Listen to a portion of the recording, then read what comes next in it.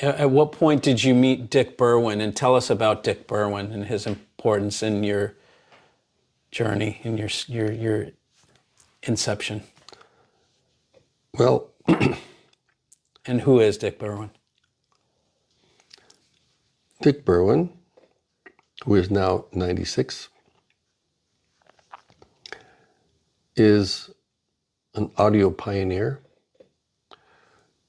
and engineer and scientist, one of the 4 founding fathers of Analog Devices Semiconductor Company, but much, much more. He's designed all kinds of far out things for medical instrumentation and all kind of fields,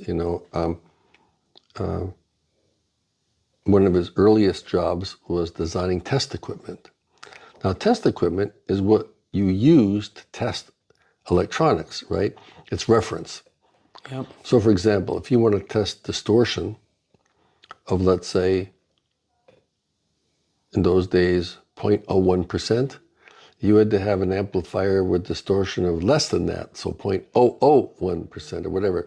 So he was designing test equipment in the days of Hewlett-Packard and Tektronix and those early companies that were designing test equipment so that you knew what you were doing. Right, yeah. Right? Mm-hmm. For example, how do you measure 1 ohm? How do you measure 1 ohm? I have no idea. Well, you have to have an ohm meter, right? Yeah, okay. Okay, but how do you know that the ohm meter is right? It's correct. It says 1 ohm, but how do you know that that's right? Well, they have to have something that measures the voltometer so that you know that it's 1 ohm. It's another level, okay? It's calibration equipment. Sure. And Dick was really deep into precision engineering. And he was a music lover, and he built this enormous 5-channel audio system into the basement of his house. I can't believe this audio system that he built. And he would invite musicians to come and play and record them. What time period was that? Early 70s. Early 70s, okay. And actually, someone came to see me and asked what I was doing. And I said, well, I'm building some audio equipment here. And, oh, you should meet Dick Berwin. And I said, oh, really? Okay, so he gave me his information, and I just called him. He said, yeah, come and see me. So I went up and saw him, and that was the beginning of a lifelong relationship.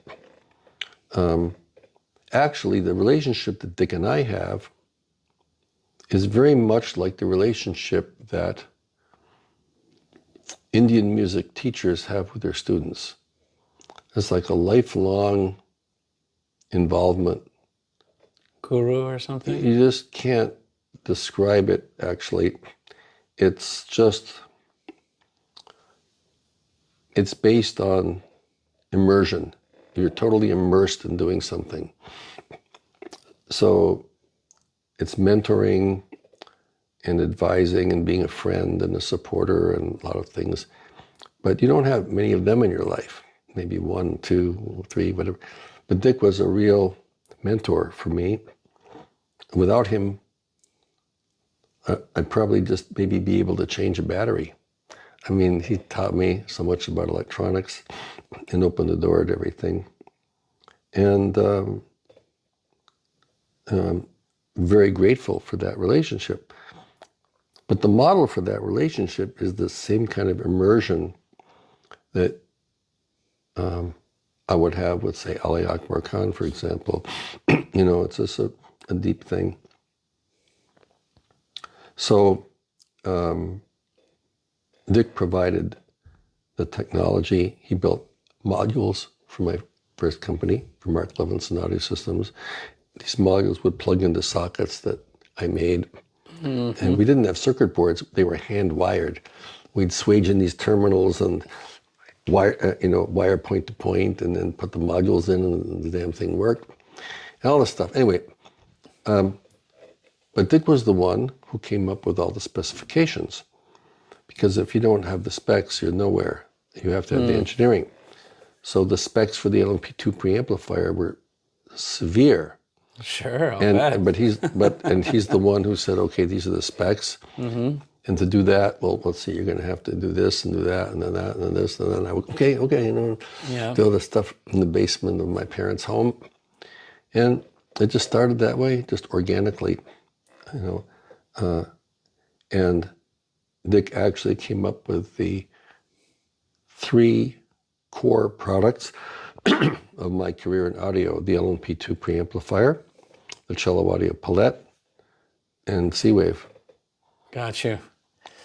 Tell us about Tom Colangelo. How did you meet Tom Colangelo, and when did he enter the picture? Well, Tom started working for Mark Levinson Audio Systems when we were both in our 20s. And his first job was as a electronics, not even a tech, somebody who sorted transistors. Wow. Sorting transistors. And this guy was so deep. Anyway, so we were using these circuits designed by John Curl, but they didn't work. I mean, they were almost unmanufacturable. If you really did a huge work, you could get a few of them to work, but it was just, in theory, good, but in practice, with the transistors available, it was a nightmare. And one day, Tom came to me and he said, I think I could redesign those circuits so they worked. Wow. I said, really? Exactly. Like, who'd have thought? Okay, buddy. Go for it. Go, sorter. Yeah. So he did. And Wow. they worked. They worked. They had better specs. They were reliable, manufacturable, sounded great. I said, okay, man, go for it. You can stay. Yeah. Well, and then that was the beginning, and he was just so talented. But Tom was gay at a time when it wasn't popular to be gay. It was, in fact, dangerous. He had all of his front teeth knocked out by bullies because he was gay. So, he had false teeth. And there was one time we had a meeting with the people in the company, I think just, like 6 people or 8 people or something like that. And after the meeting, Tom came up to me and he said, you told a joke that had a kind of a gay innuendo. I forget what it was. And I'd like to know where you stand, because I'm gay and I want to know if I'm wanted. Because if I'm not wanted, I'd like to know earlier than later, because it'll break my heart. Because I want to be in the company. Yeah. So I said, well, absolutely you're wanted, but let me think about this. So the next day we had I asked for a company meeting, and I said, I've decided that it's not only okay if someone is gay or lesbian or anything else, but that this company will be safe for anyone. And if anybody doesn't like it, they won't work here. We have to protect the people in the company and be open about it and be proud of who you are. We're the first audio company in the world that was openly supportive of, let's call it, human rights, the right to be who you are, whatever your sexual preference or anything else. And it was a great atmosphere. People could be themselves, We really took a stand. And in those days, that wasn't done. Unheard of. It wasn't done, yeah. So we had a great team, a great group of people. And people put their heart in it, like I did. We all did. Everybody put their heart in it. It was really a great experience. Again, in a way you could say inspired by music, because that's the way you make great music, is by putting your heart into something like that. So, because I'm a musician, right? That's the only model I had. I didn't I never worked for a company or went to universities, or I just had music as a model. Yeah. So anyway, but the only problem with that was that I only had $15,000 of capital, and so we ended up borrowing money to fund production and growth. So we're, getting up to doing something like, I don't know what it was, 3 million a year or something. And where's the capital for that? And didn't have it. And then the price of gold shot up to the moon, and interest went up to 22%, and we couldn't pay the debt service, and it was really rough. And that's when Sandy Berlin came along and stole the company and sold it to Harman. And that was the end of Mark Levinson. Yeah. And that was the end of that company as it was. I mean, it ceased to be what it was at that time. So in the end, like when you transitioned from Mark MLAS to cello, was it the same type products, or was there a different alma mater? Was there a distinction between the two in terms of products? Or was it just like you changed the name and kept on doing what you were doing over at MLAS? No, it was totally different. First of all, Yeah, tell us the distinction. it was more than a transition. I mean, it was it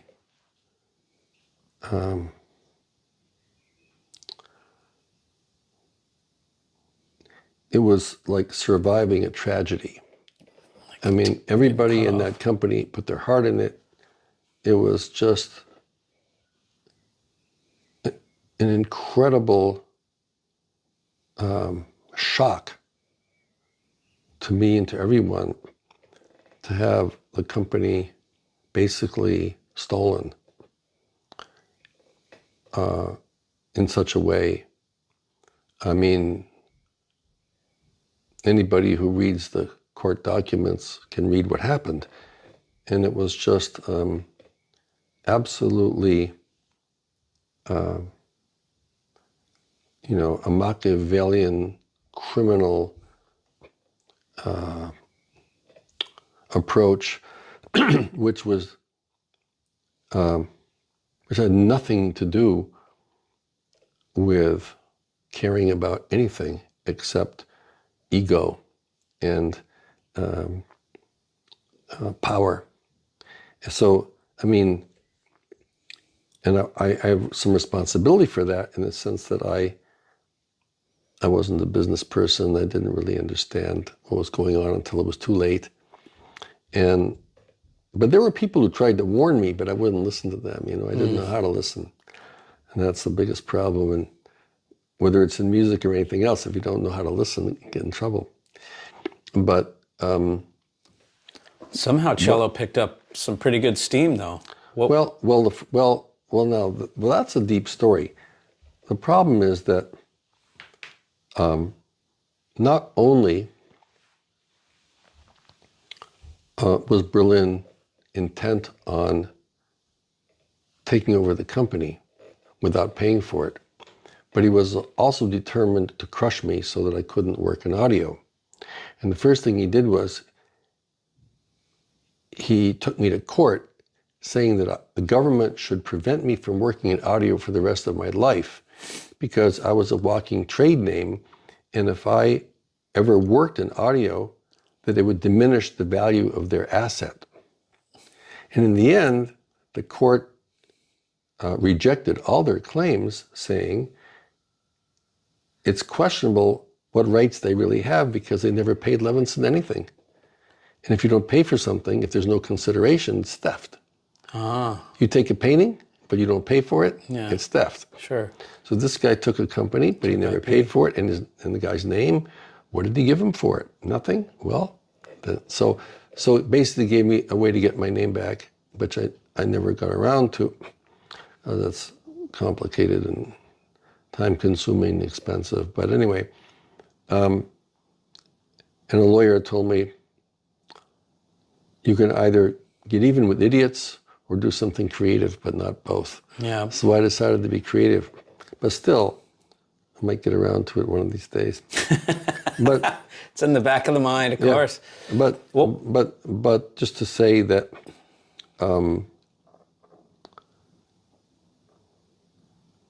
for somebody like Tom Colangelo, it wasn't just a job. The company assets included his life's work, his circuits, his designs, all the stuff that came out of his head. These amazing topologies and constructions and that generated from the ML1 and ML2 and all the way up to the 11 or 12 or whatever is coming out of this guy's head. It was a horrible experience. And coming at cello, he had to compete with himself, right? He had to compete with his previous designs? Yeah. And, oh, sure. Well, so did I, in a way, too. Because you had to start all new circuits. You couldn't use this. Well, we could have. Okay. We could have. But you didn't. Because that being as good as gets you nowhere. Right. You have to be the best or nothing. Yeah. And I decided that we would be the new best. And actually started cello without Tom. He joined later. But I went to see Dick and came up with the idea of the audio palette, and that's a whole other thing. But Tom's genius was figuring out how to make Berwyn's idea work in the best way. Because Berwyn had this concept, but it was a concept, and to take the concept and make a product out of it, that's another thing. And Tom had this idea how to do it, which is, pretty astounding. I mean, most audio products have a couple hundred parts, and the audio palette had over 6,000 parts. 48 Class A amplifiers, and you wouldn't believe how many parts were in that thing. There was a particular screw that we used to provide the mechanical and the electrical connection of these constructions of circuit boards and modules and so forth. And this one particular screw, there were 717 of them in an audio palette. In each assembly. Yeah. Oh, you have no idea. God. You have no idea what these things were. So that bill of materials must have been a book. Yeah. Well. Oh my God. But just to say that the goal of cello was to redefine what was possible. And we did that with the audio palette and the audio And that was suite. the first product, was the audio palette for cello? Yep. These things are amazing, by the way. I know a couple people that have them. Well, and all these products took everything that we had. There was no time or energy left to play music too much because we were just doing this instead. It was like, and it was like a life work for me and for my associates. But then what happened was that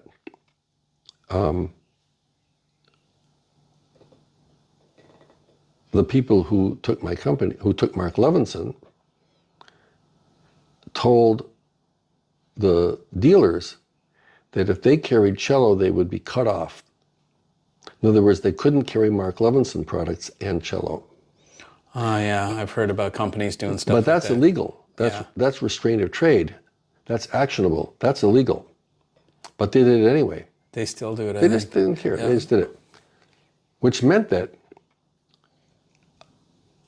I couldn't work with the dealers that I'd known and worked with for so many years and had to think of something else. So what do you do? So I went to New York and I started a showroom, and then one in Los Angeles and one in Hong Kong. And those 3 showrooms sold 10 million a year, which was as much as like 70 stores might have sold if you had them. Wow, yeah. So we had to create not only new products, we had to create a whole new kind of distribution. And we did that too. And it worked like a charm. Yeah, that's great. I mean, this is architecture. This is serious architecture.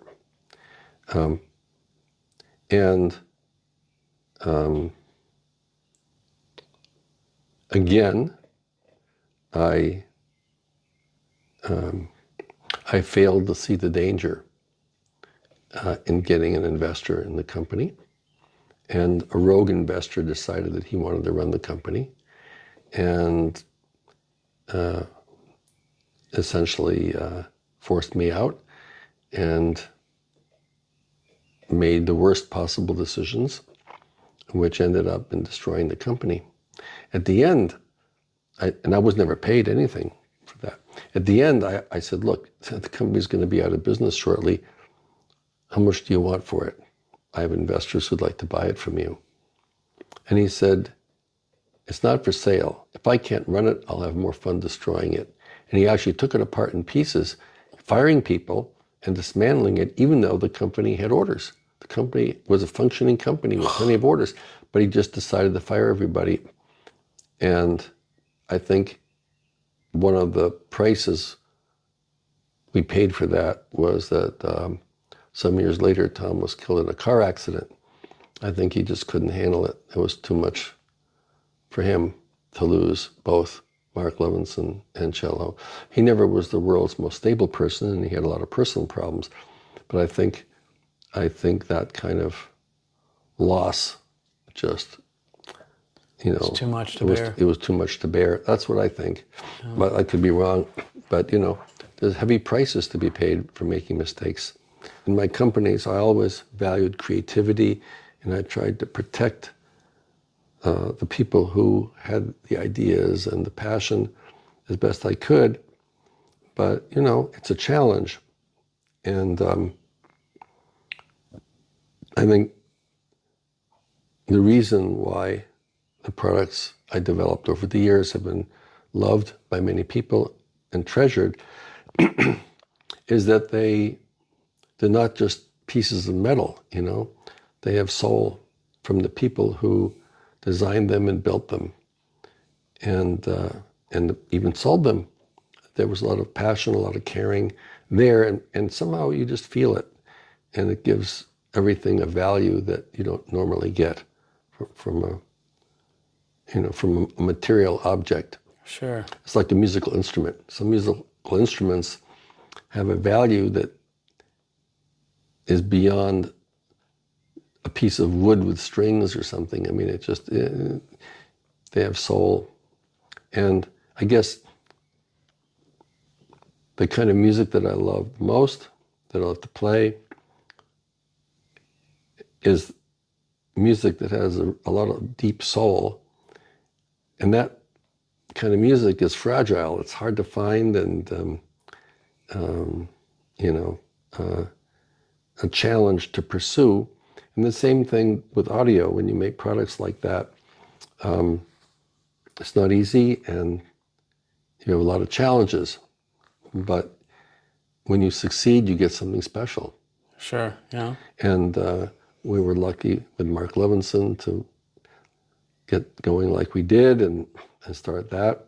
And then with Cello to survive the tsunami, as it were, and build a great company. And then after that, I decided that I would try to develop a retail concept, because it wasn't just about the gear. I thought, we need another kind of place for people to go, a place where music lovers can go and have an opportunity to get products that are